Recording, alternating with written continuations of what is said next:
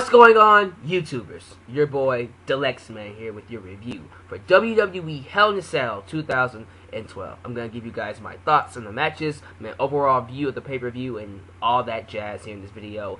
As always, if you have not subscribed to me yet, click that subscribe button up there. Like me on Facebook, follow me on Twitter, check out my Wrestling Paradise podcast, YouTube channel, and everything else down below in the description box. With that said, guys, let's go ahead and get into my thoughts. Oh, and my star ratings. My star ratings is down below there in the description box as well. I'm not going to edit anything in this video. I just want to put this out there and be done with it. But let's get into the pay-per-view.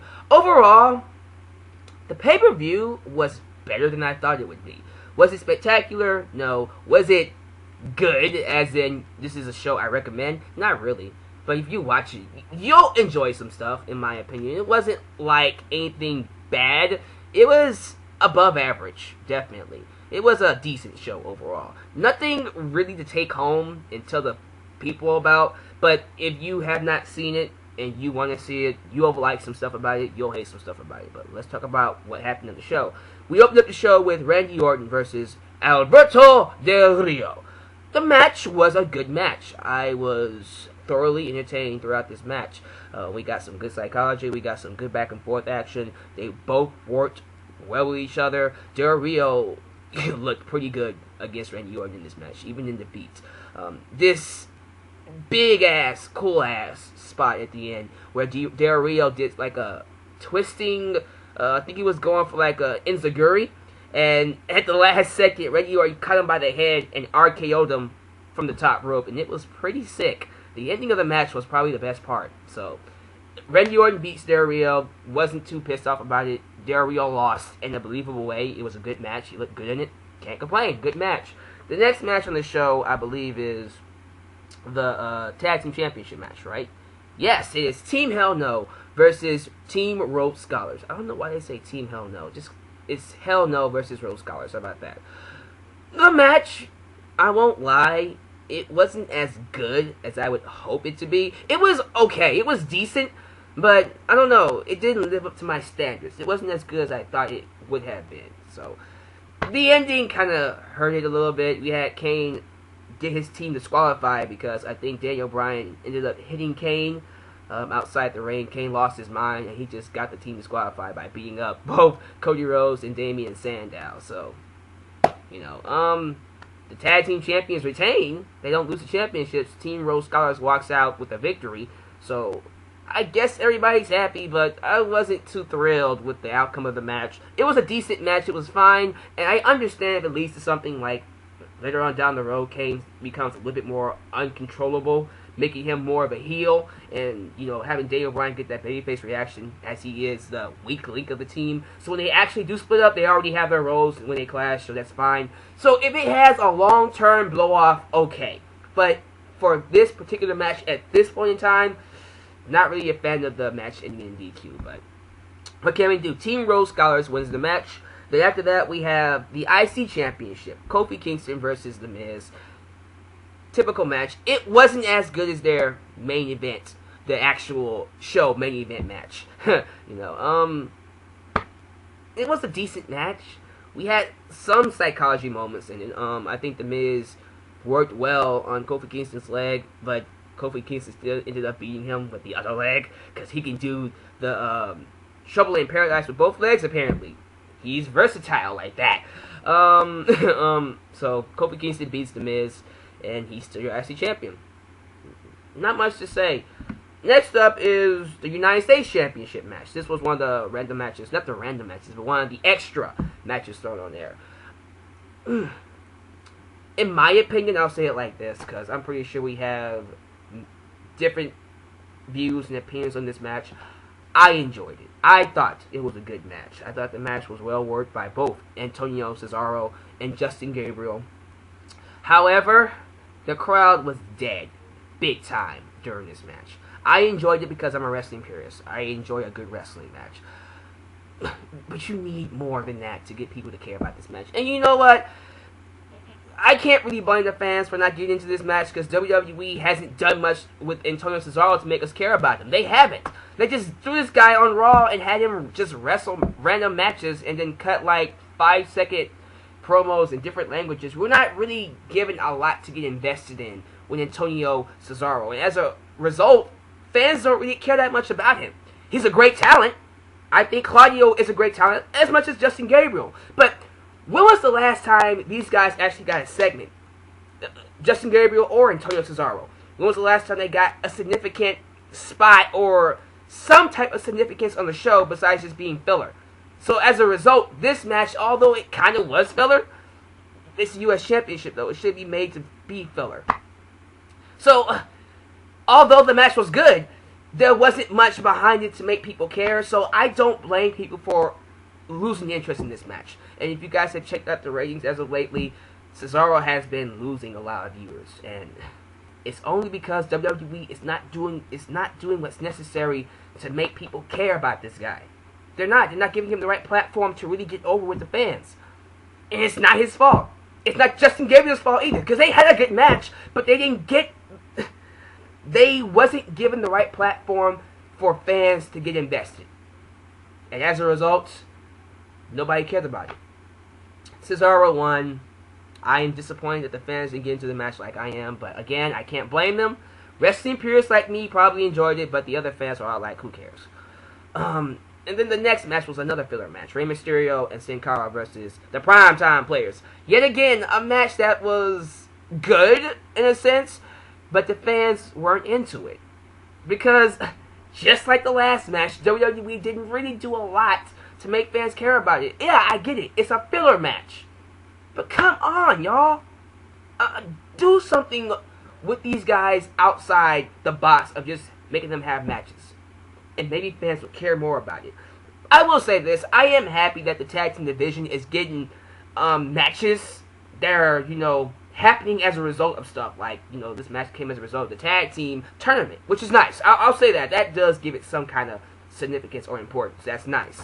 But still, it could have been a lot more significant if we got even a promo segment with them or something like that. But I'm not going to bitch about it too much. It's fine. Rey Mysterio and Sin Cara pick up a victory over the Primetime Players. And what else can I say? The match was good. It's just fans, again, didn't really care about it. And the match after this, Sheamus versus Big Show. For the World Heavyweight Championship. Okay. Was the match terrible? No. It was better than I thought it would be. Now, I will say this. The first 10 minutes was kind of a snore fest. Wasn't really into it. The last 5 minutes, though, was good. Actually, it was really good. That last span of kickouts and near falls, having them kick out of each other's finishers. I think it was... Okay, the point where Sheamus picked up the Big Show and slammed him with the white noise, from that point on to the end of the match, was very good. I was thoroughly on the edge of my seat watching that. That was good. And again, Sheamus can work a good match with pretty much anybody. I wasn't shocked that that ending span was entertaining. Well, I shouldn't say he can work a match with anybody. I should watch my words. He can work a good match when he needs to. How about that? Oh, God, I almost praised Sheamus for a second. Come on, Deluxe, man. You're fine. Am I sick? But anyways, the match was okay. It was decent. Just nothing big. Big Show, however, is your new World Heavyweight Champion. And the only reason I like it is because Sheamus is no longer the World Champion. I'm not going to lie. I like the fact that Big Show is champion only because Sheamus lost the belt. Hey, I'm just being honest with you. At least I'm being honest with you viewers. Do I think Big Show's going to be a long-term champion? No. He'll probably lose it by Survivor Series. Who knows? He'll probably lose it to Dolph Ziggler. Who knows? I'm pretty sure Sheamus and Big Show are going to have a rematch. And then Ziggler will probably cash in then. And that's another thing. The pre-show, stupid, pointless. John Cena just did like a freaking Q&A with the fans. And it was supposed to be about AJ Lee and Vicky Guerrero to begin with. The whole allegations of AJ Lee fraternizing with somebody. Okay, this is not a part of the pay-per-view, but I want to get this off my system. First off, affair. For you to have an affair, you have to be married. First off, is AJ Lee married? No. Is John Cena married? He was, but guess what? He's divorced. Not anymore. There is no affair. I get it's a PG show, but Come on! Sexual relations, something like that, affair, fraternizing. First off, who gives a shit? AJ Lee's made out with Daniel Bryan, Kane, and CM Punk, and probably others I don't know about, all over the place. Primo from freaking 2010. She's made out with a lot of people, so why is it such a big deal when it comes around that she has possibly made out with John Cena? I mean, didn't Vicky Guerrero have a relationship with Edge when she was general manager on SmackDown? Plot hole. Big ass plot hole. That's one. Who gives a shit? No, I don't care. Okay? And Vicky Guerrero being the managing supervisor of Raw, she's not the GM. She's not the interim GM, but she has the same powers as the general manager. She can make matches, but she's not the GM. I am spending too much time on this. It's stupid. I don't like it. Let's get to the rest of the matches. Yeah, the pre-show was stupid. Period. The Divas match. Eve Torres taking on Layla and Kaitlyn. I'm gonna say it. This match was freaking good. This was better than the World Heavyweight Championship match. Yeah. I think the Divas match was better than the World Heavyweight Championship match. I'm not gonna lie. This was a good match. You had a lot of stuff in here. You had a freaking suplex into an armbar. You had a split double noggin knocker. You know, I think it was Layla and Eve on their butts in a split, and they got their heads knocked. That was nice. It did some nice spots. They had a lot of wrestling showcasing in this match. Was it like the best showcasing ever? No, but for a Divas match, it's pretty good. It was a good match. I enjoyed it. Eve retains as a result of, I think, Layla.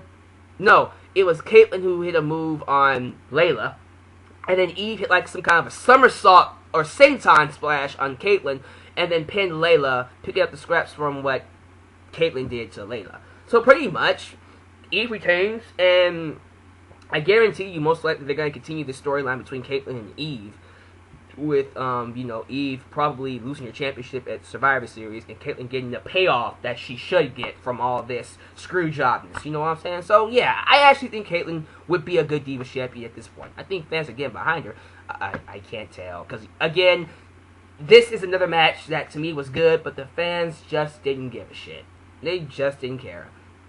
I don't blame them, but I thought it was good. I'm just giving you my personal opinion on it. This is all personal opinion. This is not facts, people. So, the Divas match, it was good. I enjoyed it. And Eve retains. But we get to the main event. That's what you guys really care about. So, the main event match involving CM Punk versus Ryback for the WWE Championship inside Hell in a Cell. Oh, God. Okay. The match, it was, okay, I'll say it was decent. It wasn't spectacular. Oh, God, no. It wasn't spectacular. It wasn't really good either. Well, it was okay. It was alright. It had its moments that made me go, okay, this is kind of sloppy. But for the most part, it was a decent match. I enjoyed it. I didn't really have a problem with it. It was well worked, and the ending came out of nowhere. I was wondering how the match was going to end, and I'll take it. Pretty much what happened is Ryback was going for his finisher. It's like a muscle buster slash Samoan drop. What is it called? Shell shock? Shell shock. He was going for the shell shock, and then the referee ends up stopping him, and then low blows Ryback. He's working for Paul Heyman, apparently, and then CM Punk rolls him up, and the referee does a fast count. 1, 2, 3, and CM Punk retains the championship. That's all I wanted! Okay, like I said, guys, for the most part, what I was worried about was Ryback getting the championship. He didn't get it. So, you know what? I'm happy. Do whatever you want now. So, everything that happened after the match, I didn't care. I said, look, you can take CM Punk and toss him off the cage for all I care, as long as he's champion. I almost thought they was going to do it, too. There was a point where, first off, he took the referee that low blowed him and long darted him into the cage. It actually looked sick. He picked him up and then, like, threw him into the cage, and it was devastating crap. And then CM Punk crawled out of the cage and then climbed up the cage to escape from Ryback. They both go up there, and Ryback ends up shell-shocking CM Punk on top of the cage. And at first, I thought the cage was going to break, but no, it's wishful thinking. I wanted it to break. Not going to lie. But, yeah, and that's how it ends. Ryback comes out, as like the last man standing, I guess, the top of the food chain. He looks strong at the end of the pay-per-view. How about that? He ends up beating CM Punk. No, he doesn't beat CM Punk. See, this is why I edit my videos, to get rid of that stuff. But no, Ryback comes out looking strong. CM Punk picks up the victory. He still retains the championship, and Ryback just looks strong as the pay-per-view closes. So, yeah, I'm happy, you're happy. The guy looks strong. CM Punk is still champion. Yay. So, no disappointments with this pay-per-view. Didn't have a problem with it. It was a decent show. I enjoyed it. Gonna say 7.5 out of 10. Decent rating. I think it's a fine show. If you haven't watched it, I really would recommend it. But if you watch it, you won't hate it. How about that? Guarantee you. So, how do you guys feel about the show? Did you hate it? Did you love it? Did you like it? What was your favorite match? What did you think was the best part of the show? If you have anything you want to say about what I said in this video, leave it all down below in the comments section. Or make a video response. Do what you do. But, this is your boy giving you his thoughts on Hell in a Cell. And with that said, guys, I'm signing off. I'll catch you at my next video. And you guys take care. Peace.